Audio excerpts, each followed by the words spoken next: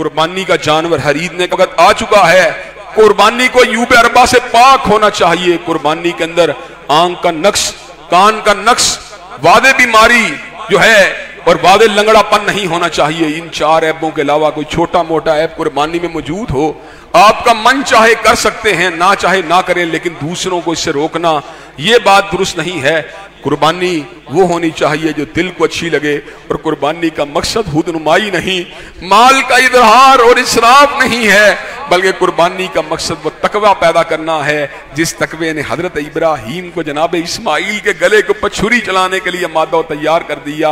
मेरे परवरदिगार आलम ने कहा लन यनालल्लाह लुहूमुहा वला दिमाउहा वलाकिन यनालुहु तकवा मिनकुम, कि गोश्त कट जाएगा, लहू गिर जाएगा, लेकिन होगा क्या? लन यनालल्लाह लुहूमुहा वला दिमाउहा वलाकिन यनालुहु तकवा मिनकुम।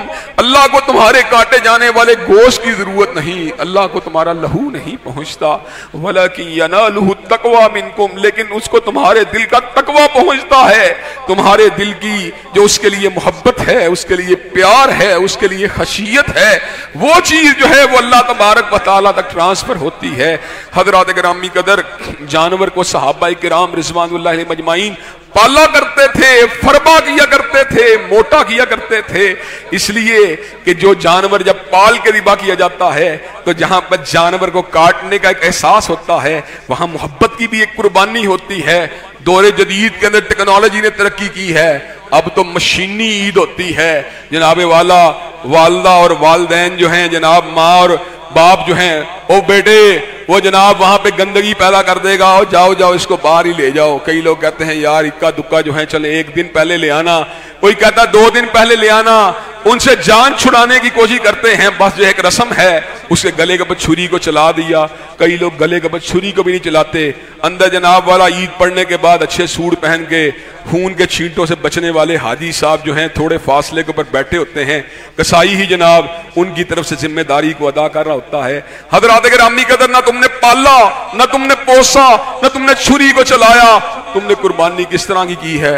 और उसके बाद जब गोश्त बांटने का मरहला आता है, अच्छा गोश्त जनाब डीप फ्रीजर के अंदर चला जाता है, और जनाब बाकी गोश्त जो है वो अपने करीबी रिश्तेदारों को, ससुराली रिश्तेदारों को या मुंह दिखलाने वाले रिश्तेदारों के घर पहुंच जाता है, और गरीबों के हाथ में छिछड़े और गरीबों के हाथ में बचा खुचा जो गोश्त आता है, और हाजी साहब कुर्बानी का हक अदा करने के बाद अल्लाह अकबर कह के जनाब वाला अपनी कुर्बानी का मूल डाल के दोबारा अपनी बैठक में दाखिल हो जाते हैं। हजरात गिरामी कदर, अपने रवैयों के ऊपर नजरसानी करने की जरूरत है, अपने अफाल का तजरिया करने की जरूरत है, अपना एहतसाब करने की जरूरत है। क्या यही कुर्बानी की रूह है?